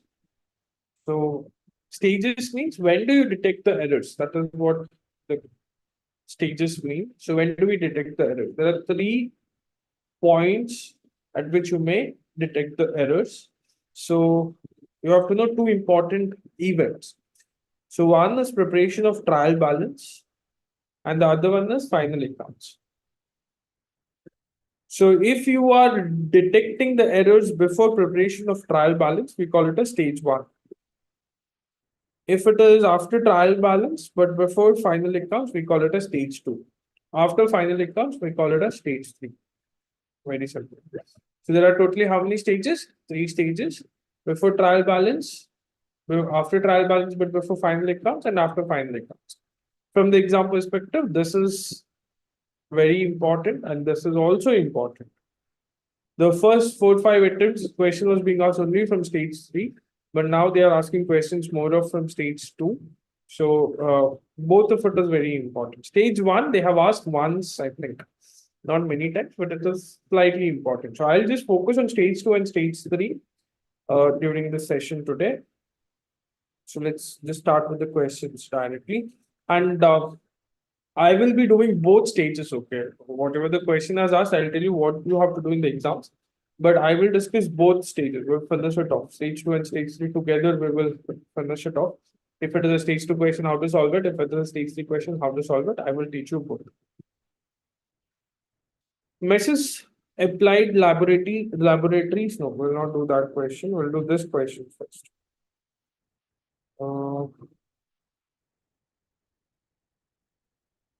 We'll do this one. The following mistakes were located in the books of a concern after its books were closed and suspense account was opened in order to get the trial balance agreed. So they have prepared the trial balance, and it looks like the books were closed means the next year. So you can read the whole question and you will know if it's stage one, stage two, or stage three. Closed the books of accounts means closed books were closed means at the end of the year you close the books. So it's stage three. Okay. So it's understood that at the stage three, final accounts has been prepared next year. But for more clarity, they have only given find out the nature and amount of the suspense account and pass the entries for rectification of the above in the subsequent year's book. Subsequent year's books means next year's book. That means we have already finished this year, we have prepared the final accounts, and we have moved to the next year. In the next year, we are rectifying. So, which stage is this? What stage is this? In the next year, means what stage is this? This is stage three. Stage three. After preparation of the final accounts. But I will solve it as per both the stages. If it is stage two, what is the entry? Or if it is stage three, what is the entry? I'll do both.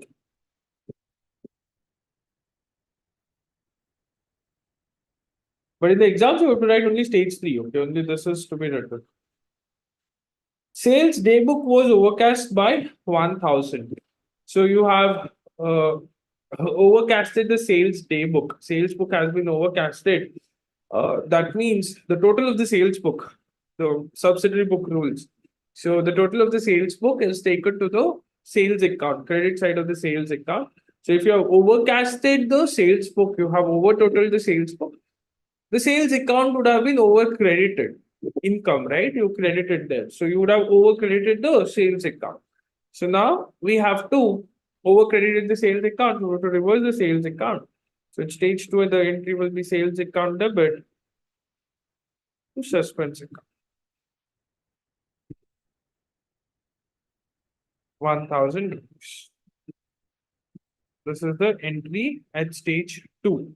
Sales account is to be debited and suspense will be credited.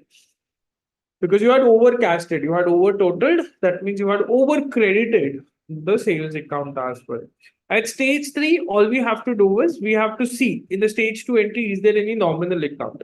Is there a nominal account over here? Yes, there is a nominal account over here, which is a nominal account. The sales account is the nominal account. Nominal account means income or expense account. That is a nominal account. So you have to see if there is income or expense account. So there is an income account over here. So you will have to replace it with P&L adjustment account.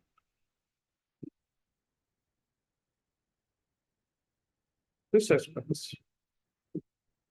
So all I did was I just replaced the nominal account with the P&L adjustment account. That's all. Simple.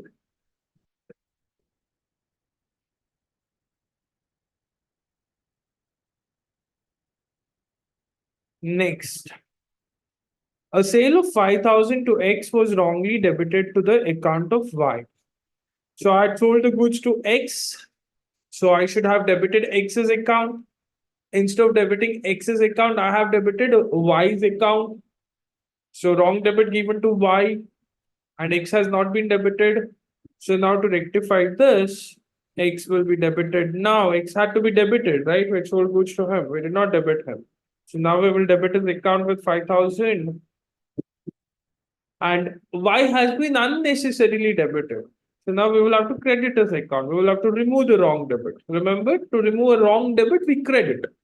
To give the correct debit, we debit. To remove the wrong credit, we debit. To give the correct credit, we credit. Simple rules. So here I will credit because we had wrongly debited his account earlier. Now we are removing that debit by crediting Y's account. And X had to be debited. Now we are giving debit.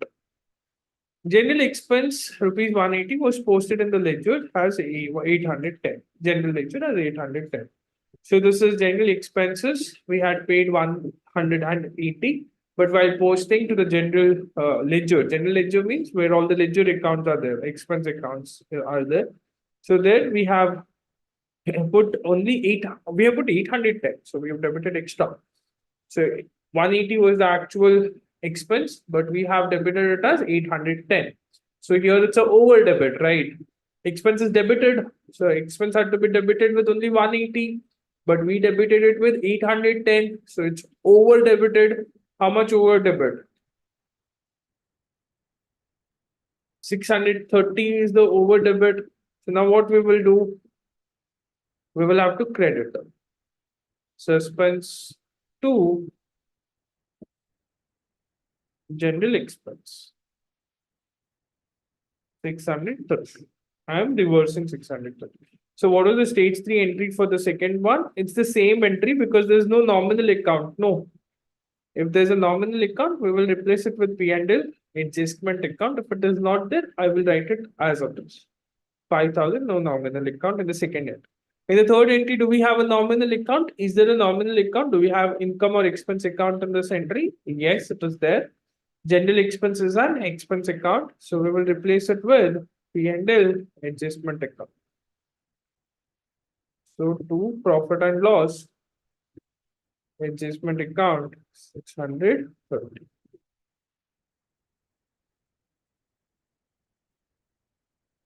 Have you all followed it? Are you all with me? I hope everyone is with me. I hope I'm not talking to myself.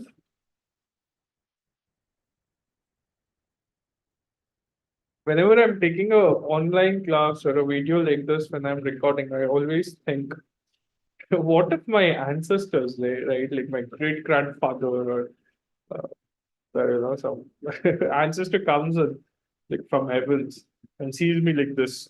He's kept some light on, he's kept something open in front of him, and he's talking to it.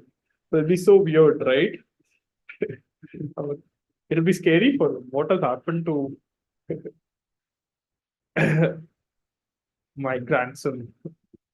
Now, next, a bill receivable for 1550 was passed to the bill payable book. The bill was given by P. A very interesting, very important entry. So bill receivable 1550 was passed to the bill payable book. The bill was given by P. So what has happened over here? You can do the wrong entry, correct entry for this one. What was this actually? This is a bill receivable or bill payable. Originally, this is a bill receivable, right? Bill receivable of 1550. It's a bill receivable. So the correct entry should have been bills receivable account debit to P's account. This is the correct entry. How much is the amount? 1550. But they have passed it through the bill payable book. That means they have treated it as bill payable. So what is the wrong effect they have given? What is the wrong entry they would have passed in the books? They have treated it as a bill payable or liability. So they have passed this entry. P's account debit to bills payable account. This is the effect they have given in the books. I hope everyone is following this. So the correct effect should have been bill receivable to P's account, but wrong effect is P to bill payable. They have treated it as a bill payable. Now what should we do? Now look at this one by one and give the effect. Very simple. Bill receivable was to be debited, did not debit. So now debit bill receivable with 1550. This is the rectification effect we are giving. Debit bill receivable. Fine. The bill receivable is sorted. P's account had to be credited. Instead of crediting it, you treated it as bill payable and you ended up debiting P's account. So now what we will have to do is we will have to credit P's account. To remove that wrong credit, we will have to remove this wrong credit. So we wrong debit. This wrong debit has to be removed. So we will credit 1550. I will credit 1550 to remove the wrong debit. And to give the correct credit, also again I will credit 1550. So total how much I will credit? I will credit 3100. Why 3100, sir? 1550 was to remove that wrong debit which was given. For that, I credited 1550. And another credit 1550 to give the correct credit. So total 3100 will be credited to P's account. And then, so we have rectified the P's account as well. Next, bill payable account. Bill payable account has been unnecessarily, wrongly credited. It was not a bill payable at all. So now we will debit bill payable account with 1500. So this is the rectification entry. Bills receivable account debit 1550. Bills payable, which is wrongly credited earlier, 1550. We are debiting it. We're rectifying it. To P's account. There's a mistake in P's account also. We had to debit him. We have debited him. We had to actually credit him. It is the entry was bill receivable to P's account. We should have actually credited him, but we have ended up debiting him because we treated it as bill payable. So now we will credit him with 3100. One to give the correct credit and the other one to remove the wrong debit. So total 3100. So at stage 3, what will be the rectification entry for this? It will repeat because there is nothing, no nominal account, right? So the same entry over here also, no change in our entry. Only if there is a nominal account, I change it. Otherwise, I write the same thing. 3001. Same entry. No nominal account, no income or expense account. Legal expense of 1190 paid to Mrs. Neetu was debited to her personal account. So we had paid some legal expenses. Which account had to be debited? We had to debit legal expense account. But instead of debiting legal expense account, the entry for legal expense paid is legal expense to cash. So we should have debited legal expense account. Instead of debiting legal expense, we have debited Neetu's account, personal account. Her personal account has been debited. So Neetu's account has been debited. Now what to do? Now legal expense will be debited.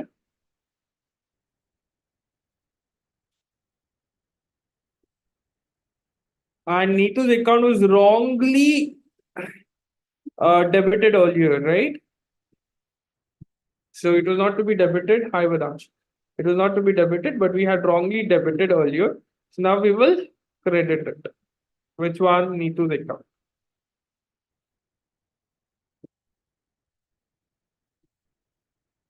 1500. No, how much is the amount? 1019.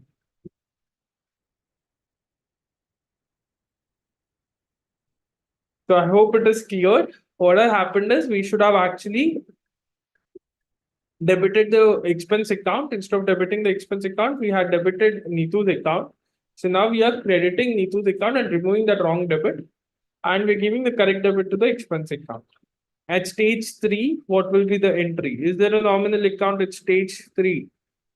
Yes, there's a nominal account over here, which is expense account that will be replaced with P&L adjustment account. Neetu's account will come as it is.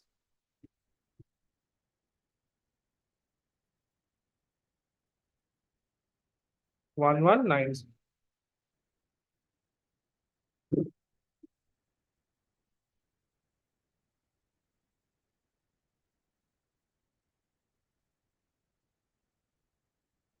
Cash received from Ram was debited to Sham. Another very important entry, this one.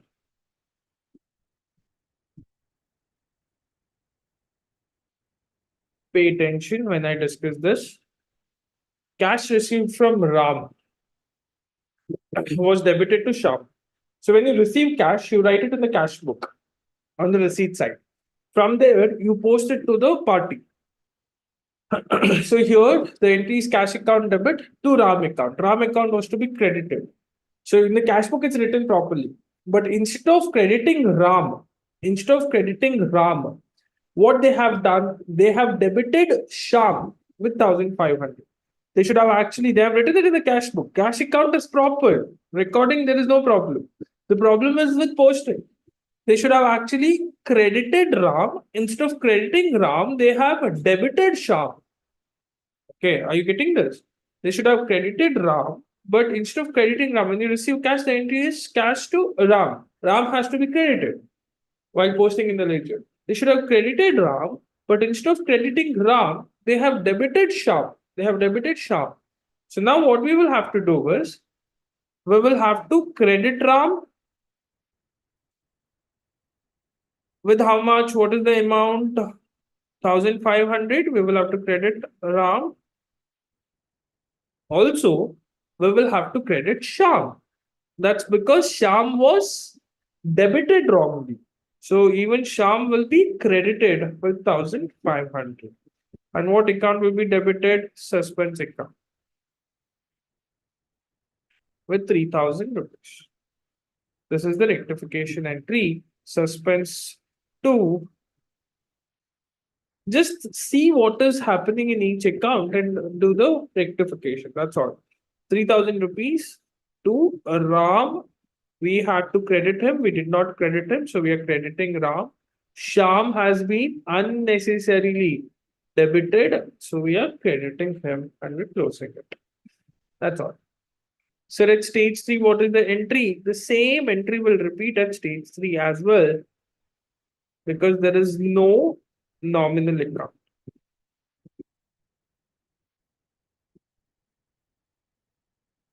Sir, one adjustments I'm finding difficult, sir. Should I skip whole of rectification? No, don't be foolish. Whatever adjustments you're finding hard, focus on that adjustment. BRS 2-3 adjustments I'm not understanding, so I don't focus on BRS at all. That's stupidity. Don't do it like that.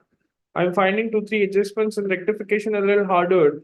So I don't study rectification at all. It's not like that. There are some simple stuff here as well. So focus on the easier stuff, and whatever you're finding it difficult, focus a little harder on that. You will be able to do it.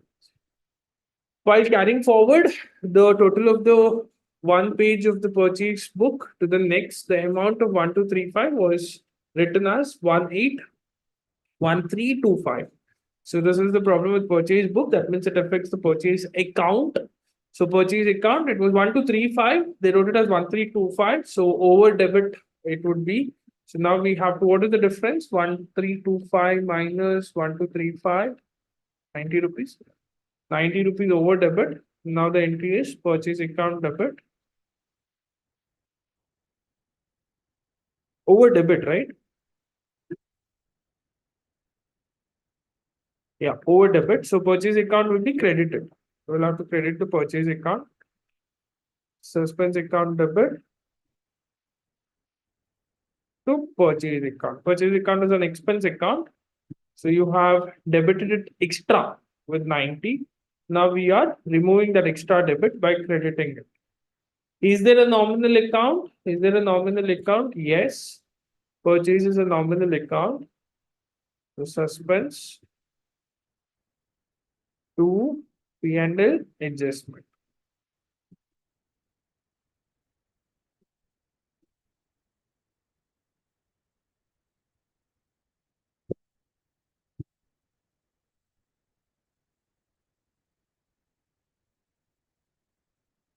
That's it. Now they have told you to find out the nature of the suspense account. You just have to draw the suspense ledger, post these entries, and find out what is the balance in the suspense account. Okay. And also for this, you have to pass one more entry for P&L adjustment will be drawn. We will do the P&L adjustment account. Post everything in the P&L adjustment account. Whatever entries we just passed, wherever this P&L adjustment, you will have to post it and find out the balancing figure, which will be transferred to capital. So this is debited, 1,000 rupees debit. P&L adjustment was debited. Here nothing. Third entry credit 630. Just doing it roughly. Here nothing. Next debit with 1190. Next nothing. Next this one will be credited with 90 rupees. Total up 2190, 2190. What is the balance you get? 2190 minus 630 minus 90. 1470. This will be 2 capital. So you have to pass the entry P&L adjustment here only. One more entry you will have to pass. P&L adjustment is credited, right? Not to capital. Only by capital, no? Capital account debit.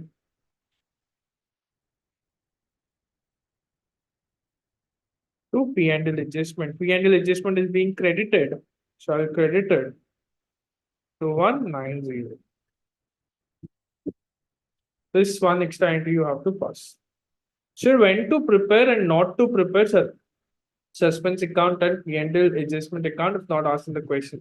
So P&L adjustment account will always be prepared. You should always prepare P&L adjustment account. It will appear only in stage 3 questions. You should always prepare it. Question will not ask it. You should still prepare it because you have to find this entry. You have to pass this entry in stage 3. This entry is compulsory. If you miss this entry, you lose 3 marks. So you have to pass this entry. For this, you have to draw the P&L adjustment account. In stage 3, this entry is compulsory, the last entry.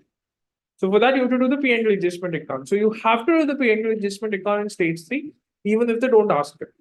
Sir, when should we do suspense account? That is done only when there is asked. In this question, they have asked us, right? They have asked us to find out the nature of the suspense account. So you have to do the suspense account also for this question. Is that clear? Have you understood it? Suspense account will be done only when there is asked. P&L adjustment will be done in every stage 3 question. Every stage 3 question, you have to do the P&L adjustment account. Have you followed it? Have you understood what I said? Okay. Capital account is 1470, is it? Oh, I wrote the total here. Thank you, Amish. 1470. This amount is calculated, not the total. Okay, so that's it. That is about simple question. Can I give you one homework question? Can you try on your own? You have to take a screenshot. Take a screenshot and try this question. Sit and do it now only.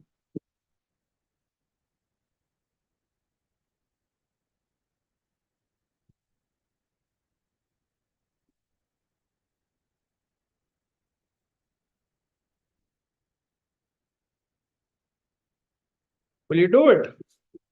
And one more, this one. This one also you can try.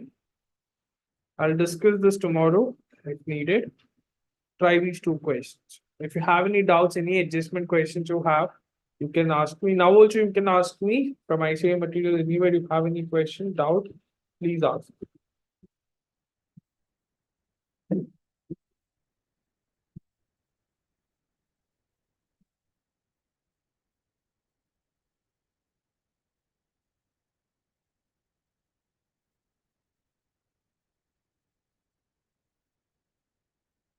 Okay, 2 questions, you can try it. If you have any adjustment doubt tomorrow, I will discuss. I'll stop for now. Sit and solve the questions. If you have any doubts, I'm here. I'm available for next 15 minutes. If you want, I am there. If you have any doubts, please ask. If you want to discuss something else also, please do. I'm here, available. Others can start doing your homework questions. You can sit and do the homework questions. Practical question 1, adjustment number 7. Is that bad debts? Is that bad debts?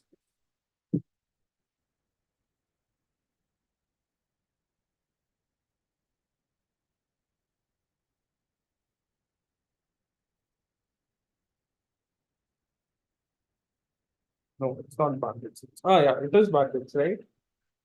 I'm so used to this. Okay, now let's do this. This is a very popular doubt that many people ask. So you have to look at this as the whole. Yeah, we'll do it.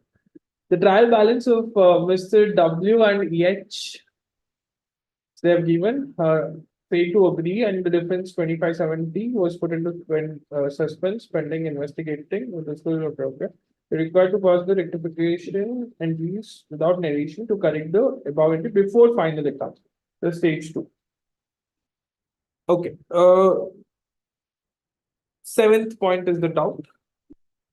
A bad debt of 1560 had not been written off, and provision for doubtful debt should have been maintained at 10% of the trade receivables, which are shown in the trial balance at 23,390, with a credit provision for bad debts at 2320.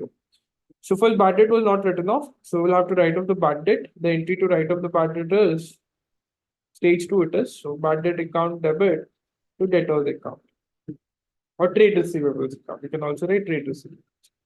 What is the amount? 1560.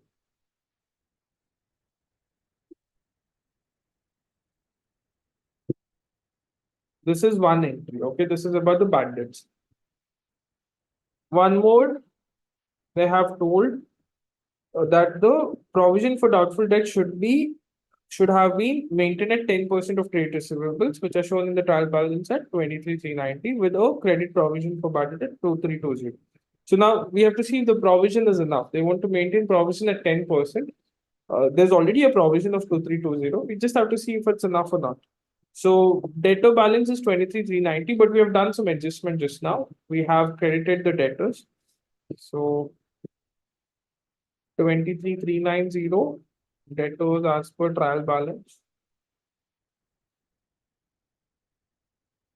Just now we credited. Credited means we have minus. So it's not bad debt. 1560.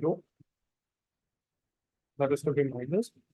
And there's one more adjustment. Okay. So not just seventh one, even another adjustment which will affect debtors. It's same person's books. So you have to see if there is any other adjustment which has an effect on debtors. It is this one, the fourth one. A credit sale of 1470 had been debited to the customer account at 1740. Customer is a trade receivable here, right? So credit sale of 1470. So we debited it to trade receivable as 1740. So it was an over debit. We over debited it. It was just 1470 we had to debit, but we debited 1740. So how much over debit we did? 270. So that is also to be minus.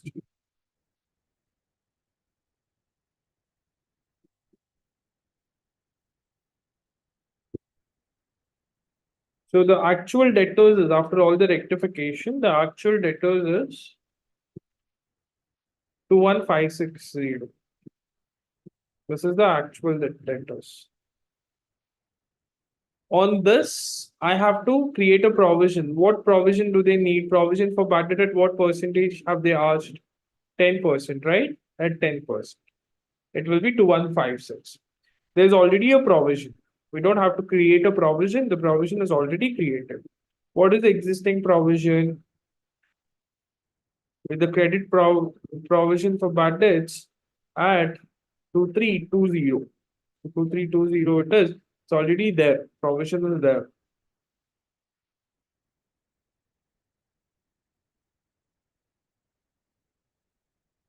Is it more than what we need or is it less? It's more, right? We have excess provision. We need only 2156, but we have 2320. There is extra of 164. Extra of 164. So we have to reverse the provision.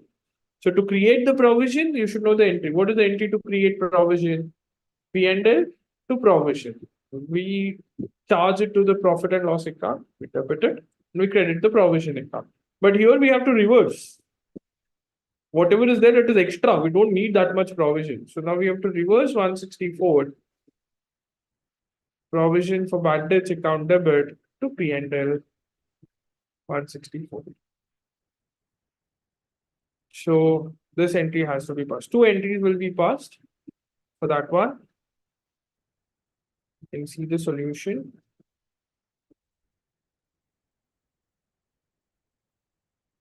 Practical question of this one. So one is bartage to trade receivable or debtors account 1560, and the other one is provision for doubtful debts 164 to profit and loss 164. They have also done the calculation and told you how to do that. Understood? Is that clear, Varsha?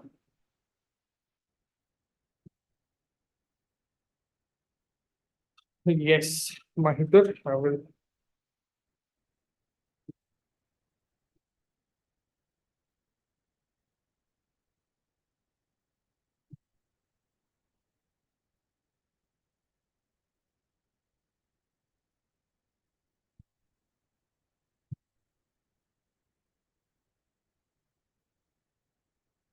Is the doubt solved?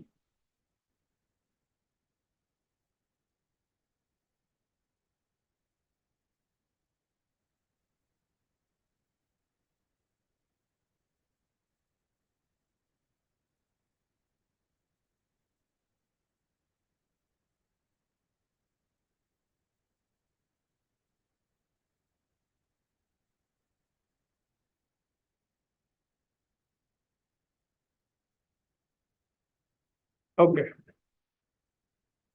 So this was that exam question I told you in the morning, the normal loss question, right? Anything else? Any other doubt? If you have, you ask. Adil, what is your doubt? This was that normal loss question which I told earlier. Very unlikely to come to your exam, but I'll just go through this question once. This calculation of stock I will teach you. Raju Bollywood consigned 15,000 kgs of ghee at 30 per kg to his agent Siraj at Delhi. He spent 5 per kg as freight and insurance for sending the ghee at Delhi. On the way, 100 kg of ghee was lost due to the leakage. So this to be treated as normal loss. And 400 kg of ghee was lost in transit. 9,000 rupees was paid to the consignor directly by the insurance company as insurance claim. Siddharth sold 7,500 at 60 per kg. Spent 33,000 on advertisement and recurring expenses. You are required to calculate the amount of abnormal loss. So abnormal loss is how many units? 400 kg is abnormal loss. So that valuation is very simple. 400 kg, the cost is 30 rupees. So 14 to 30, 12,000. Consigner's expenses there, 5 rupees. You spent 5 rupees per kg as freight and insurance. 400 into 5, 2,000. 14,000 is the value of the loss. The insurance company is giving 9,000. So loss booked to P&L is 5,000. I hope this calculation is clear for that question. Is that clear, Mahinder? 5,000 is loss, abnormal loss. Simple, normal calculation. Now the doubt is in stock. So 15,000 kg was consigned, and that 100 kg has been lost due to normal loss, so minus 100. 400 kg is abnormal loss, so minus 400. 14,500 was received. In that, how much is sold? 7,500 is sold. So how much is remaining? 7,000 is remaining in stock. Okay, 15,000 minus 100 minus 400 minus 7,500 which is sold. So the 7,000 units is left in stock. It is remaining. Now you have to calculate the value of the 7,000 units. How to do it? Very simple. You have to value the stock, how much ever units were left after all the loss and all. 14,500 units were left. So to value the cost of that 14,500 units, what we do was that this is the total cost 14,000. The normal loss concept, I hope you remember. So 15,000 into 30 is the cost of those goods plus 15,000 into 5 rupees. This is the direct expense, whatever is incurred by the consignor. Abnormal loss I exclude because that is separately valued. Insurance company pays that 14,000 and that 9,000 separately, and all we book it separately. So that's excluded. The total number of units remaining is 15,000 minus 100 minus 400. So this is remaining 14,500. So what you get is the cost per unit.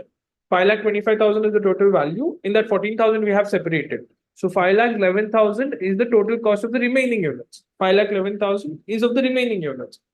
Okay, 5,11,000. 5,11,000 divided by how many units are remaining? 14,500. After minusing all the losses, 14,500 units are remaining. So you will get the value unit per unit value, you will get 35.24. You have to multiply that with the stock 7,000. So this is the value of the stock 246680. Only this one calculation you have to know. You have to understand what is this calculation. So in the numerator, we take the value of the goods left. So we just minus the abnormal loss, we exclude it, we get the value of the goods divided by how many units are actually left. So you get the per unit cost and multiply it with the stock units, you will get the value of the stock. OD as per cash book on 30th September, a cross check for rupees 750 given to Abdul was written by him and a bearer check was issued. It doesn't matter what that check is, it's just check was given to him. We had issued a check. Cross check means actually an account pay check. So you can only put it in his bank account. Cross check means an account pay check. Okay. Then you have this one. Bearer check means anyone who has the check can get the money. So that is a different type of check. It doesn't matter what the check is. I have issued the check. It has been written. So here, what is happening? We have issued the check in the cash book, but it is returned. So this is where it is. Starting point is ODS for cash book. That's passbook. So we will minus. That's all. New check was given. Bearer check was given. New check. That is later. Accounting is not required for that. Now it does not make a difference at this point, right? Any other question? Any other doubts?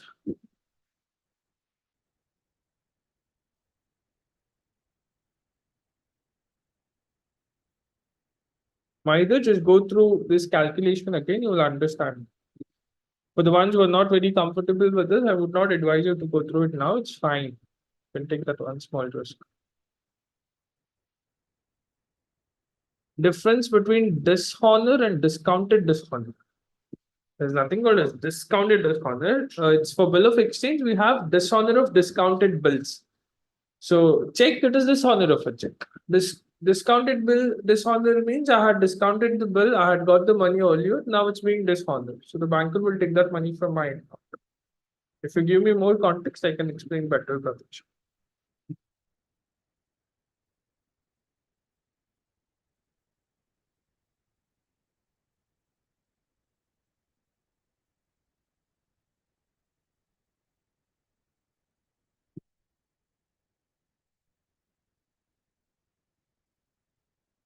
Yeah, that's what we did, no? We should calculate new cost. New cost means remaining cost. After excluding the abnormal loss, whatever is remaining, divided by number of units after normal loss. That's all. Multiplied with the number of units.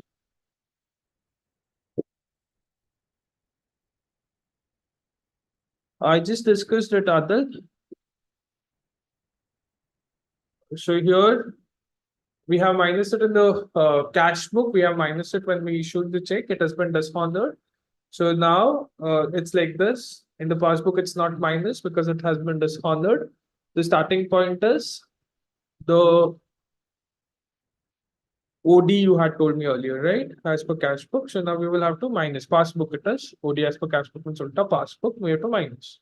It doesn't matter if it's bearer check, cross check. These are just types of different checks. It does not matter what is the type of the check. Any question? Any other doubts?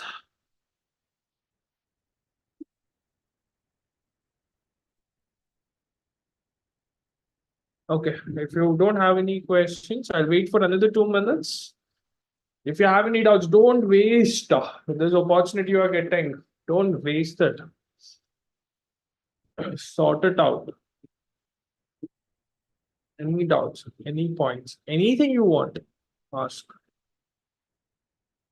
Nothing? Done?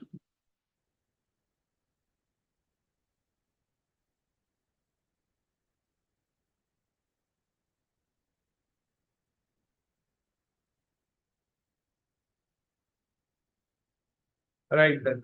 I'll stop the session. See you tomorrow morning.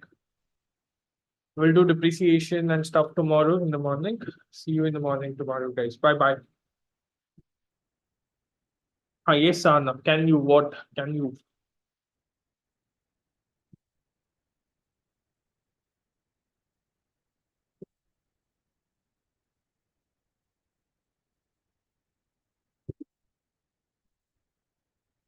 Okay.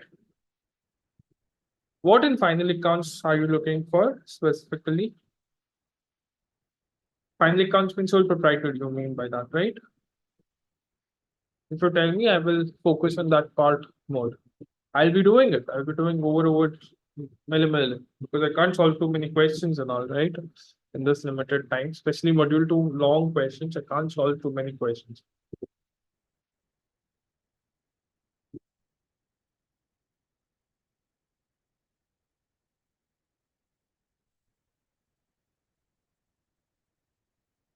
Okay, done. See you tomorrow, guys. Don't sleep until you finish whatever was discussed today. No sleeping. Sit till whatever time it takes. Sleep well, but don't be too sleepy now during exams, right? Burn that midnight oil and work hard. Put that effort. That last moment stretch, very important.